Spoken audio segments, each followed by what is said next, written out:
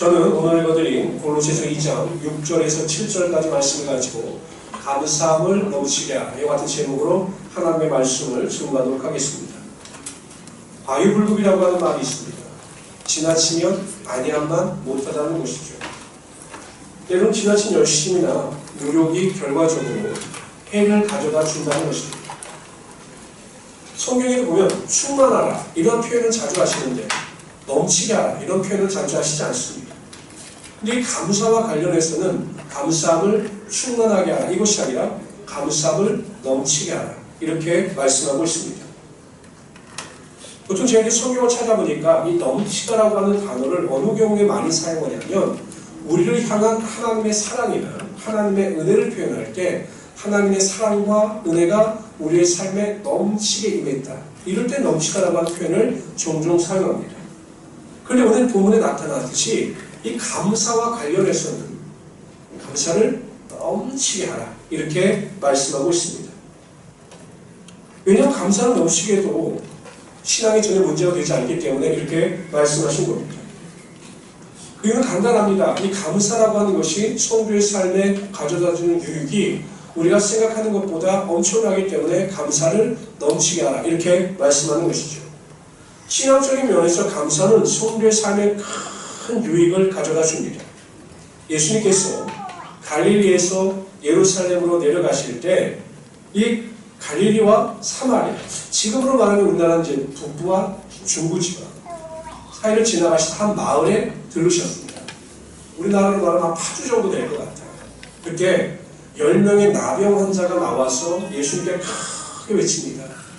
다윗의 자손 예수여 우리를 불쌍히 여기소서.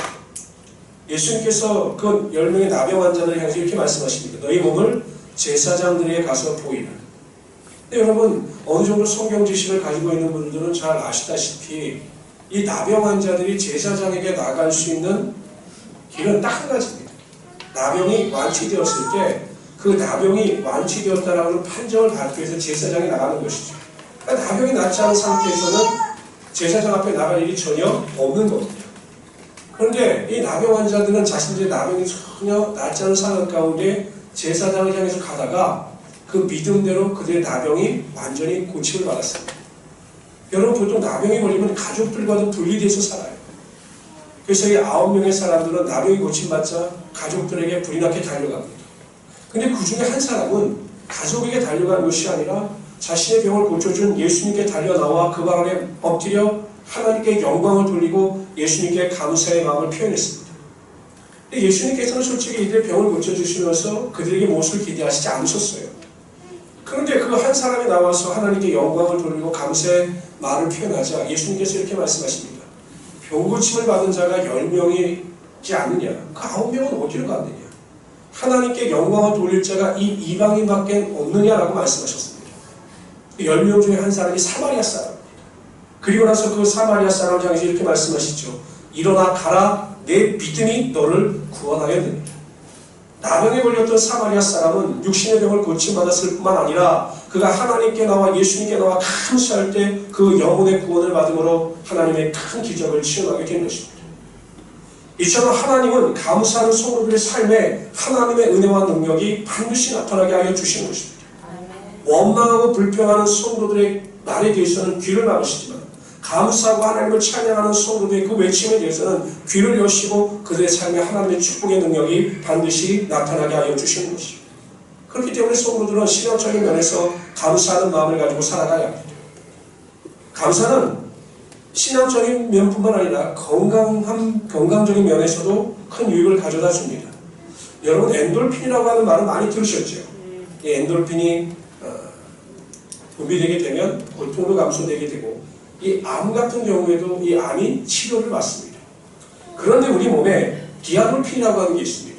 이것이 엔돌핀보다 약 4,000배의 효과가 나타난다고 하는데 이 감사를 표현하는 사람, 감사의 삶을 살아가는 삶에는 이 다이돌핀이 풍성하게 생성된다고 하는 의학적인 연구가 발표되었습니다. 하버드 대학의 탈된 샤르라고 하는 사람이 이 다이돌핀에 대한 분비가 감사와 관련이 있다고 하는 논문을 제출했습니다. 뿐만 아니라 이 삶에 감사를 많이 하는 분들은 숙면을 취한다고 해요. 여러분 불면증 때문에 혹시 고민하시는 분들이 있으면 항상 감사를 표현하십시오. 그러면 숙면을 취할 수 있고, 또 감사의 삶을 살았던 사람들이 그렇지 않았던 사람들보다 9년을 더 산다고 합니다. 9년이면 엄청난 거죠. 아유, 목사님 그냥 일찍 가고 싶습니다. 이런 분들은 그럴 필요는 없겠지만 좀 오래 살고 장수하고 싶으신 분들은 습관적으로 감사하다, 감사하다라고 표현을 하면 우리의 삶에 건강의 능력이 임하게 된다는 것입니다. 이 행복론에 있어서 세계적인 학자가 마티 셀리그만이라고 하는 교수입니다. 저도 이 행복론, 우리 교회를 행복한 우리 순복음교회라고 하는 이름을 지을 때 제가 이 행복에 대해서 자료를 여러 가지 수집했는데, 이 행복론에 대해서는 이 마티 셀리그만 박사가 굉장히 유명한 사람인데요. 이 마티 셀리그만 박사가 말하기를 행복지수와 감정지수는 같이 정비례한다는 겁니다.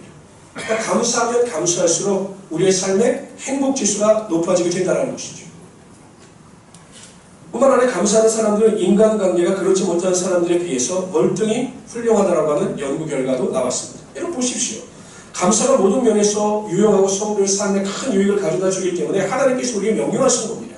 적당히 감사하고 감사를 충만하게 하라는 것이 아니라 감사를 어떻게 하라고요? 넘치게 하라고 우리의 삶에 명령하신 것입니다.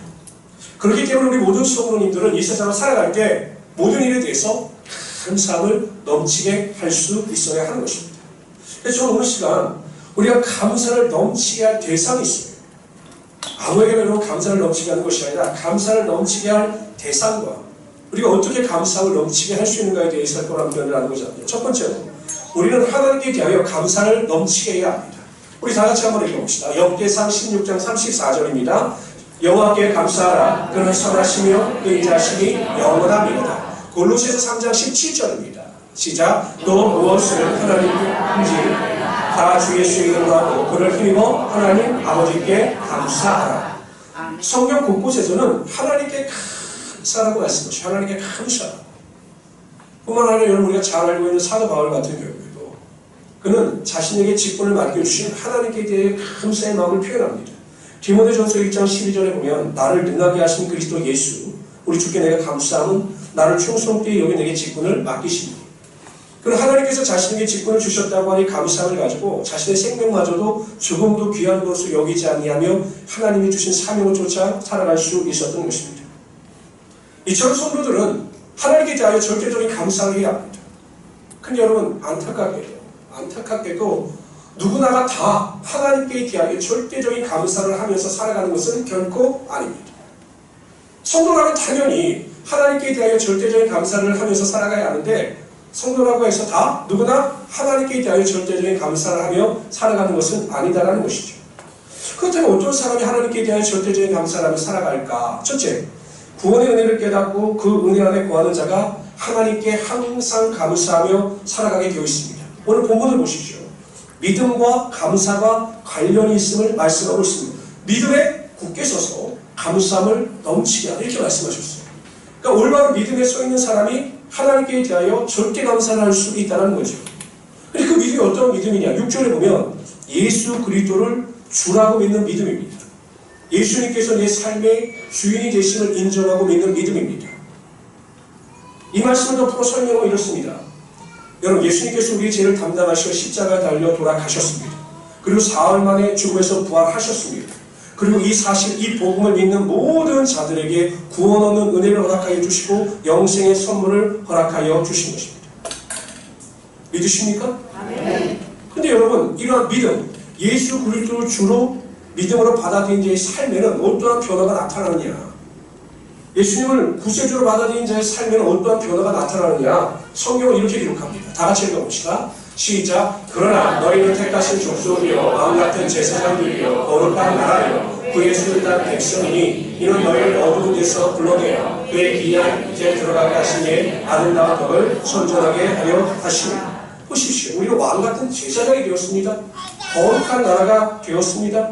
그의 택하신 족속이 되었습니다. 그의 소유가 되었습니다. 천국을 우리의 소유로 삼은 자들입니다.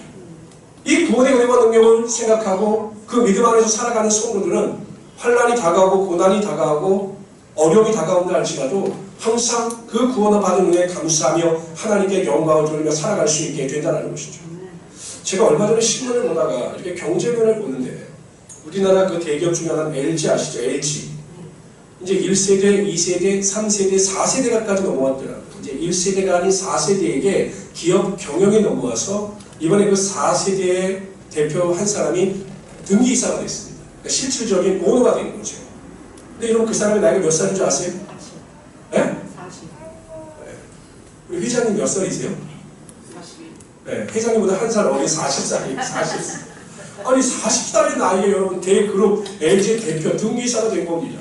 잘나서 됐을까요? 똑똑해서 됐을까요? 아버지를 잘 만나서 된 거죠. 저는 그때 갑자기 이 단어가 생각났어요. 금수저.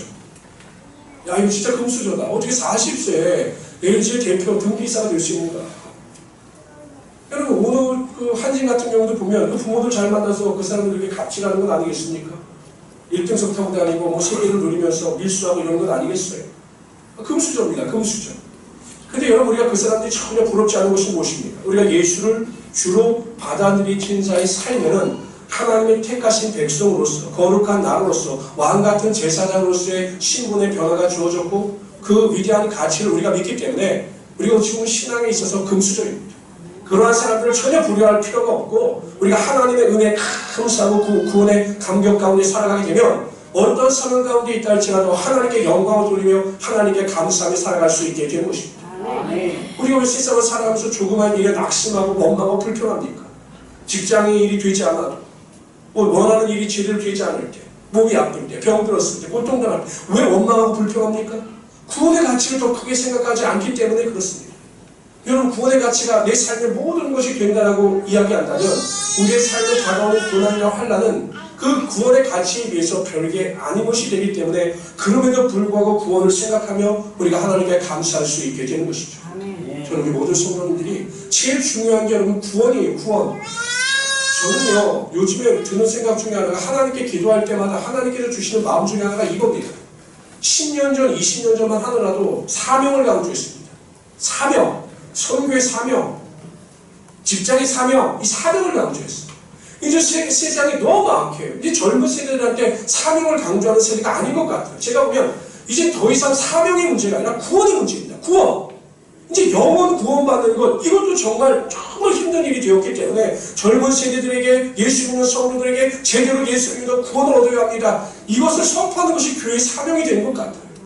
헌신을 요구할 게 아니라 정말 한 영혼을 천하보다 귀하게 여기고 그들의 영혼을 주님께로 잘 인도하여 구원받게 하는 것, 이것이 교회의 사명이 아닐까라는 생각을 해보게 됩니다. 여러분, 성경은 우리의 구원에 대해서 그레이트라고 말합니다. 위대한 구원이라고 이야기합니다. 그 구원을 기억하시면서 내가 하나님의 자녀가 되고 천국 백성이 된 것에 대하여 자부심을 느끼시면서 절대 감사의 삶을 살아가시는 하나님의 귀한 성도들 되시기를 주님으로 축원합니다. 두 번째, 어떤 사람이 하나님께 대하여 항상 감사하느냐? 모든 일에 있어 항상 깨어 기도하는 사람이 하나님께 대하여 항상 감사하게 되어 있습니다. 마태복음 7장 7절에서 11절에 보면 산상설교 중에 예수님께서는 기도와 관련하여 이렇게 말씀하셨습니다. 구하라, 그러면 너에게 주실 것이요. 찾으라, 그러면 찾아낼 것이요. 문을 두드리라, 그러면 너에게 열릴 것이니 구하는 이마다 얻을 것이요. 찾는 이가 찾을 것이요. 두드리는 이에게 열릴 것이니. 너희 중에 누가 아들이 떡을 달라면 돌을 주며 생선을 달라는 뱀을 줄 사람이 있겠느냐. 너희가 아무리 약한 자라도 자식에게 좋은 것을 줄 줄 알거든. 하늘에 계신 너희 아버지께서 구하는 자에게 좋은 것으로 주시지 않겠느냐라고 말씀하셨습니다. 말씀의 결론은 무엇입니까? 하나님은 구하는 자에게 항상 좋은 것을 채워주신다는 것입니다. 기도할 때마다 하나님께서는 하늘의 문을 여시고 기도하는 자에게 최상의 것을 허락하여 주신다는 것이죠. 여러분, 다니엘 같은 경우는 왜 다니엘이 위기에 처합니까? 그가요, 적당히 하나님을 믿었으면 위기에 처할 일이 없었겠죠. 다니엘이 위기에 처한 이유는 기도했기 때문입니다. 하루에 3번씩 예루살렘을 향하여 난 창 밑에서 그 바쁜 일과 중에도 무릎 꿇고 하나님께 대하여 열심히 기도했습니다. 다니엘을 해하려고 하는 사람들이 다니엘의 허점을 찾으려고 했으나 워낙 말씀 안에서 완벽하게 살아가는 자라 조금의 결점도 발견할 수가 없었습니다. 그러나 습관을 발견하게 되죠. 기도하는 습관. 옳거니 저것을 잘만 이용하면 다니엘을 해할 수가 있어요. 그래서 왕에게 뭐라고 이야기하냐면 왕이 한 달 동안 30일 동안 왕 외에는 다른 신이나 사람에게 구하는 자는 사자굴에 던진다라고 하는 법령을 만드십시오. 그러면 왕의 왕권이 강력해질 것입니다 라고 이야기합니다. 맞는 말이죠, 여러분. 왕 외에는 다른 것에 대하여 구하지 못하게 되면 왕권이 강화되니까 왕은 너무 신나서 그 법령에 도장을 찍었습니다. 다니엘을 대적하던 자들은 옳고 그러한 것을 공부하죠. 여러분, 다니엘은 이것이 자기를 위한 것임을 알았습니다. 자신이 해하려고 하는 것을 알았어요. 그렇다고 다니엘이 위축이 들어 기도를 쉬었느냐? 아닙니다. 똑같이 기도합니다. 거기다 한 가지가 더 추가되었습니다. 무엇입니까? 감사의 내용이 추가되었습니다. 여러분, 다니엘이 그 위기 가운데 죽을 수도 있고 사자굴에 던져줄 수 있다라고 하는 그 위기 가운데 하나님께 감사할 수 있었던 이유가 무엇일까요? 기도에 대한 경험이 있었기 때문입니다. 내가 기도할 때, 하나님께 간구할 때 하나님은 반드시 내 기도를 들으시고 나에게 선한 것으로 갚아주신다. 지금은 위기고 고난이고 환난이지만 하나님은 반드시 이 위기가 변하여 복이 되게 하여 주신다는 믿음이 있었기 때문에 다니엘은 항상 하나님께 기도했던 것입니다. 어떻게 되었습니까? 다니엘을 대적하던 그 악한 자들뿐만 아니라 가족들마저도 사자굴에 던져져 죽임을 당했습니다. 그 나라에서 다니엘을 대적하던 모든 자들이 싹 심판을 받게 되고 오히려 다니엘이 이전보다 더 높아지게 된 것입니다. 여러분, 이처럼 항상 기도로 이 세상을 살아가는 성도들은 하나님께서 나에게 좋은 것으로 주실 것을 믿기 때문에 기도할 때마다 감사의 기도가 흘러 넘치게 되는 것입니다. 그래서 제가 강조하죠. 우리 교회는 하루에 몇 분이요? 20분. 근데 20분이 참 쉽지는 않더라고요. 근데 20분 정도 기도하면, 매일 깨워서 20분 이상 기도하면 항상 우리 입술을 통해서 하나님께 대한 감사가 흘러 넘치게 되어 있는 것입니다. 제가 목회자가 되고 나서 가장 감사했던 것 중에 하나가 무엇이냐면 이 말의 색깔이 조금 바뀌었어요. 제가 이렇게 이야기를 하다가 그래도 감사한 것을, 결론이 그래도 그 중에서 감사한 것, 자꾸 감사의 조건을 찾고 하나님께 감사하게 되더라는 것이죠. 기도하는 사람은 절대 낙심하거나 뒤로 물러가지 않습니다. 우리 모든 성도님들은 항상 기도하시고 그 기도 가운데 감사함을 드리고 그 절대 감사의 기도를 통해서 하나님의 큰 축복을 누리시는 하나님의 귀한 성도들이 되시기를 주님의 이름으로 축원합니다. 두 번째로요, 우리는 사랑하는 가족들과 성도들과 이웃들과 직장 동료들에게 감사함을 넘치게 해야 합니다. 여러분, 제가 가정의 달을 맞이해서 첫 주부터 오늘 셋째 주까지 이 가족과 관련된 설교를 계속 하고 있습니다. 어떤 분이 저에게 그렇게, 어떤 분은 저에게 이렇게 이야기를 하더라고요. 목사님께서 남편을 사랑하고 아내를 사랑하라 하는 말씀을 하실 때마다 제 마음이 너무나 찔립니다. 그래서 해야지 하는데 얼굴만 보면 잘 되지가 않아서 참 마음이 괴롭습니다 라고 말하는 분들도 있습니다. 그런데 여러분, 해야 합니다. 해야 돼요.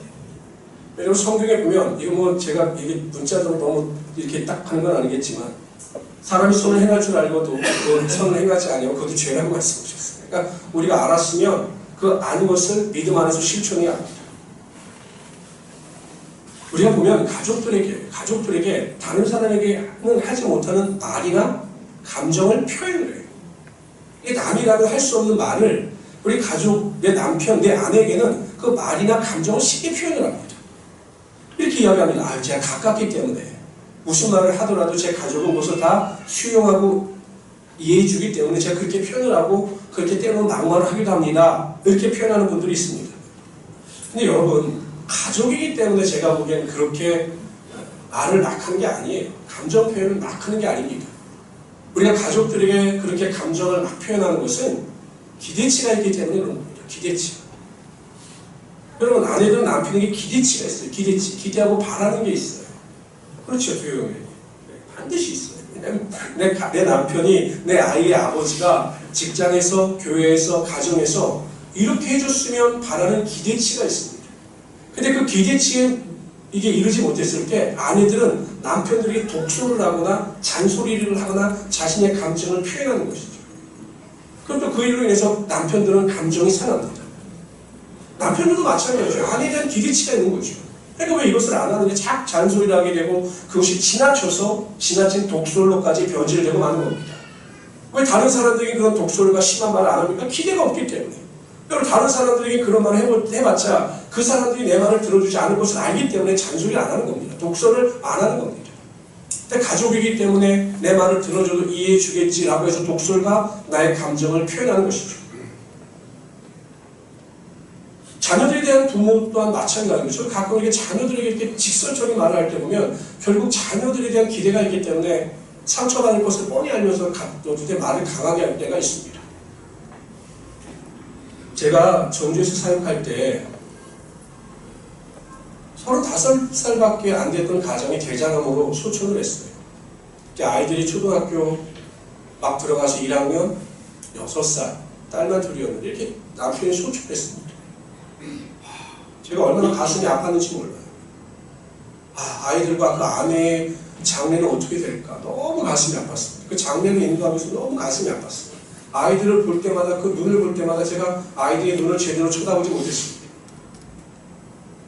근데 여러분, 그 장례가 끝나고 나서 제가 그 사역할 때 젊은 팀들이 굉장히 많았는데 젊은 아내들이 와서 저에게 그런 말을 하더라고요. 목사님, 제가 남편에게 기대하는 게 너무나 많아서 미워하기도 하고 또 제 감정을 그냥 여과 없이 드러내기도 했는데 이번에 그 집사님의 가정에 남편이 소천하는 것을 보고 그냥 남편이 내 옆에 존재하는 것 이유 하나만으로도 내가 하나님께 감사해야 되겠구나라는 생각을 하고 그 남편에 대해서 최선을 다하려고 노력합니다 라고 고백들을 많이 하더라고요. 남편에 대한 기대가 아니라 그냥 내 옆에 남편이 존재하는 것만으로 감사해야 되겠다라고 하는 그 표현들을 많이 했습니다. 한 집사님이 계셨는데 아들이 공부를 너무 못해요. 제가 보니까 거의 뒤에서 1등하는 것 같아요. 뒤에서. 근데 또 취미는 이상한 취미를 가지고 있었습니다. 뭐 병뚜껑을 매일 모은다든지 뭐 이상한 취미를 가지고 있었습니다. 그냥 부모가 보기엔 그 아들이 얼마나 답답하겠습니까? 하지 말라는 것만 하고 하라는 것은 안 해요. 얼마나 마음이 아팠겠어요. 집에 가면 그 병뚜껑 쓰레기만 잔뜩 모아놓고 그게 있으니 방마다 그냥 병뚜껑이 널려있는 건데 막. 그 부모가 얼마나 속상했겠습니까? 근데 어느 날 이 부모님이 그 교육자님이 저한테 와서 말씀하시는 겁니다. 목사님, 제가 제 아들을 생각하면 정말로 가슴이 아팠는데 제가 잊고 있었던 사실이 하나 있습니다. 뭔데요, 집사님? 제 아들이 태어날 때 이 심장에 구멍이 나가지고 병원에서 곧 사망할지도 모른다는 거는 진단을 내렸습니다. 그래서 우리가 열심히 제가 기도했습니다. 하나님, 제 아들을 살려주시면 다른 거 필요 없습니다. 살려만 주시면 제가 하나님, 정말 하나님께 감사하겠습니다라고 기도했더니 이 심장병이 나아졌습니다. 그런데 이제 나이가 조금 들면 다시 수술을 해야 된다라고 하는 진단을 해서 또 아들을 열심히 기도하는 거죠. 목사님, 제가 그때 얼마나 기도했냐면 금식하면서 제 아들만 살려주신다면 하나님, 저는 하나님께 정말 감사하겠습니다. 이렇게 기도했더니 하나님께서 제 아들의 병을 고쳐주셨습니다. 제 아들 지금 튼튼합니다. 근데 그걸로 감사했어야 되는데 내가 그때 그 생명만 살려주시면 내가 그것으로 감사하겠다라고 약속을 했는데 막상 살려주시니 욕심이 들어가고 그래서 내 아들을 판단하다 보니 내 아들을 정지하게 되었습니다. 그냥 내 아들이 살아서 건강에 있는 것만으로 제가 감사하기로 작정을 했습니다라고 말씀을 하셨습니다. 여러분, 사랑하는 가족이 나에게 무엇을 해주어서가 아니라 있는 모습 그대로 내 옆에 있는 것이 정말로 감사한 것입니다. 사랑하는 내 남편, 사랑하는 내 아내가 남편과 아내로서 내 옆에 있는 것 자체만으로 존재하는 것만으로 감사할 수 있는 것, 이것이 하나님께서 우리에게 요구하시는 가족들 간의 사랑이라는 것이죠. 자꾸 기대가 크고 원하는 것이 크게 되면 말이 잘못 나가게 되고 독설이 나가게 되면 서로 상처를 주고 그것으로 인하여 관계가 악화되는 겁니다. 그냥 있는 것만으로 내 아내와 남편이 존재하는 것만으로 감사할 수 있는 우리 귀한 성도들이 되시기를 주님으로 축원합니다. 자녀들도 마찬가지입니다. 여러분. 제가 어느 날 우리 아들을 이렇게 봤습니다. 이렇게 보다가 제가 느낀 게 뭐냐면 우리 아들은 태어나서 저에게 효도를 다 했더라고요. 언젠가 봤더니 태어나서 한 3살 때까지 그냥 피둥피둥 살쪄가지고 걷지도 못하고 이럴 때 그 아들이 저를 얼마나 행복하게 만들어줬는지 모릅니다. 그때를 생각하면 우리 아들이 저에게 할 일을 다 했던 거죠. 그것만으로 우리 아들이 건강하게 자라는 것에 대하여 감사하면 되겠구나라는 생각을 했습니다. 근데 자꾸 내 눈높이에 맞춰서 자녀들에게 잔소리를 하고 넌 이것을 안 하면 어떻게 된다, 이것을 안 하면 잘못된다라고 내 기준에 맞춰서 기대감을 자식들에게 집어넣으니 자식들도 힘든 건 아니겠습니까? 아무 조건 없이 있는 그대로 우리 자녀들과 가족들을 사랑하시고 하나님의 절대적인 사랑과 감사를 이끌어 나갈 수 있는 우리 성도들이 되시기를 주님으로 축원합니다. 여러분, 가족들과 감사하다는 말을 정말 많이 해야 될 것 같아요. 사랑한다는 말과 감사한다는 말을 잘해야 합니다. 잘 되십니까? 잘 되셔요? 제가 여쭤보니까 안 된다고 그러더라고요. 특히 여성분들이 잘 하셔야 되는데 잘 하셔요? 오늘부터 아내와 남편에게 감사하다는 말을 잘 하시는 우리 성도들이 되시기를 주님으로 축원합니다. 여러분 성도들 간에도 서로 감사해야 합니다. 물론 같이 생활하다 보면 여러 가지 일로 마음이 맞지 않을 때가 있습니다. 여러분 내가 낳은 자식도 나하고 수십 년을 살아온 아내와 남편도 내 마음에 들지 않는데 성도들이 내 마음에 들겠습니까? 남인데요. 내 마음에 들어요? 안 들어요? 우리 교회가 이렇게 모든 행사나 식사나 교회 일이 이렇게 돌아갈 수 있는 것은 여러분 각 사람이 자기에게 맡은 위치에서 자기 일을 충실히 행하기 때문입니다. 시계를 보세요. 시계가 얼마나 복잡한 기계로 구성이 되어 있습니까? 근데 작은 나사 하나가 자신이 맡은 일을 잘 이행하기 때문에 이 시계가 돌아가는 겁니다. 적응상 작동하는 거죠. 우리 교회도 마찬가지입니다. 보이지 않는 곳에서 수고하는 여러분들이 있기 때문에 교회가 아름답게 전진해 나갈 수 있게 되는 겁니다. 그래서 우리 모든 성도님들도 항상 모든 일에 성도들 볼 때마다 감사할 수 있는 마음을 가지고 뭐 말로 표현하지 못한다 할지라도 웃으면서 다른 사람을 배려할 수 있는 감사의 마음을 표현할 수 있는 우리 귀한 성도들이 되시기를 주님으로 축원합니다. 뿐만 아니라 직장생활 하시는 분들도 마찬가지입니다. 예수 믿는 사람들은요 직장생활 잘하는 방법이 무엇이냐? 첫 번째가 인사 잘하시고 두 번째가 감사하다고 하는 표현을 잘하는 겁니다.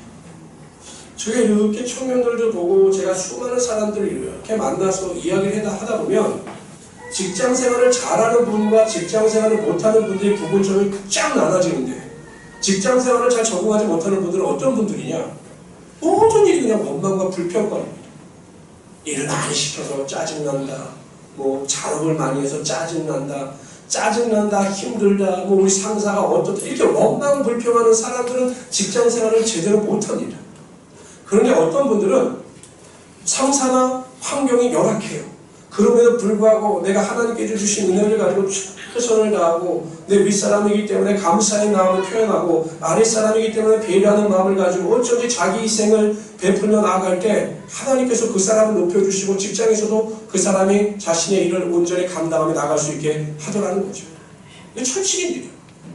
이건 믿음의 문제가 아니라 믿음을 가지고 행하는 실천의 문제예요. 교회를 정말 잘 다니고 예배생활 잘한다고 하는데 그냥 직장생활만 가면 독단주의가 돼서 다른 사람들과 관계를 못 맺는 사람들이 어떤 사람이냐? 감사하지 못하는 사람들이에요. 그러니까 우리 모든 성도님들은 직장에 가서 항상 무슨 일이든지 감사합니다. 상사를 통해서도 감사합니다. 아랫사람들에게도 감사합니다. 이런 진정 감사의 마음을 잘 표현하심으로 하나님의 높여주심과 하나님의 축복을 체험하며 살아가시는 하나님의 귀한 성도들이 되시기를 주님으로 축원합니다. 세 번째로요. 우리가 누구에게 감사해야 하느냐? 내 자신에게 감사함을 넘치게 해야 합니다. 우리가 이 세상을 살아가면서 하나님이나 내 가족이나 성도나 이웃에 대해서 감사함을 표현해야 한다는 이야기를 많이 들었을 겁니다. 오늘 제가 이렇게 감사함을 넘치게 하라고 설교하면서 이 설교의 내용을 비슷한 설교의 내용을 들으신 분들은 많으실 겁니다. 그러나 막상 내 자신에 대하여 감사하라고 하면 내 자신에 대해서 무엇을 감사하라고 하는 것이지? 라고 의아해하는 분들도 많이 있습니다. 내가 내 자신에게 감사를 한다는 것은 익숙한 행동은 아니에요. 그렇죠. 내가 내 자신에게 무엇을 감사합니까? 제가 내 자신에게 대하여 감사한 마음을 표현하라고 하는 것은 내 자신을 존중히 여기라는 겁니다. 내 자신을 존중히 여기라는 거예요. 존중히. 내 자신을 비하하지 말고 내가 마치 이 세상에 아무것도 아닌 존재인 것처럼 내 자신을 생각하지 말고 내 자신을 존중히 여겨서 내 자신을 위로하고 격려하며 내 자신에게 감사하는 것입니다. 여러분 에베소서 2장 10절에 이런 말씀이 있습니다. 다 같이 한번 읽어봅시다. 읽습니다. 시작. 우리는 그가 만드신 바 그리스도 예수 안에서 선한 일을 위하여 진심을 가진 자니 이는 하나님이 전에 예비하사 우리로 그 가운데 행하게 하려 하시니 우리는 그의 만드신 바라. 우리는 그가 만드신 바라.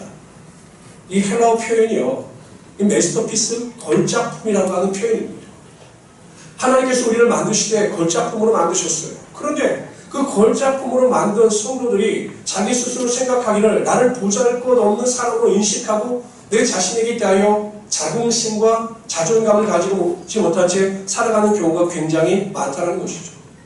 왜 자꾸 남과 비교합니까? 왜 남과 비교할 필요가 뭐가 있습니까? 하나님은 우리를 창조하시고 이 땅에 태어나게 하실 때 고유의 목적을 가지고 우리 한 사람 한 사람을 고유하게 창조하셨습니다. 남과 비교하여 만드신 것이 아니에요.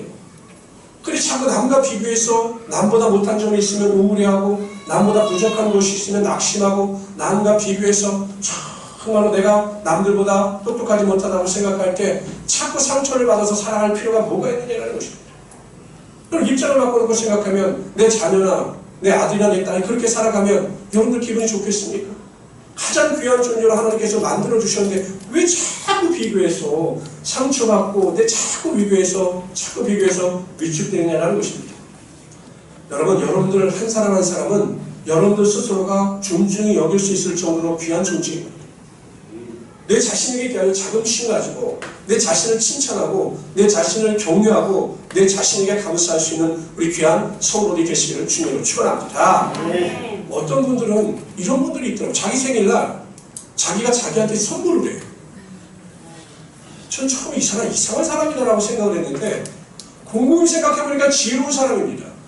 자기가 자기 자신에게 선물하는 겁니다. 예를 들면 재관아 너 정말 50년 동안 잘 살았어. 재관아 너 정말 훌륭해. 아내를 위해서 자녀들을 위해서 헌신했어. 너 수고했어. 고생했어. 그러니 이번 기회에 내가 너 차 한 대 사줄게. 그래서 차를 사는 거죠. 이게 여러분 내가 보기엔 지혜로운 사람이에요. 내 자신에게 대해서 감사할 줄 아는 사람이 다른 사람을 사랑하고 감사할 수 있는 겁니다. 여러분 고간에서 인식이 나는 겁니다. 내가 부유하지 아니하고 내가 감사하지 아니한데 내 자신에게 대하여 감사함을 느끼지 못하는데 누구에게 감사하겠어요? 저는 정말 안타까운 게 성도들을 만날 때마다 많은 성도들과 대화할 때마다 왜 이렇게 자존감들이 낮으신지 모르겠어요. 왜 이렇게 상처들이 많으신지 모르겠어요.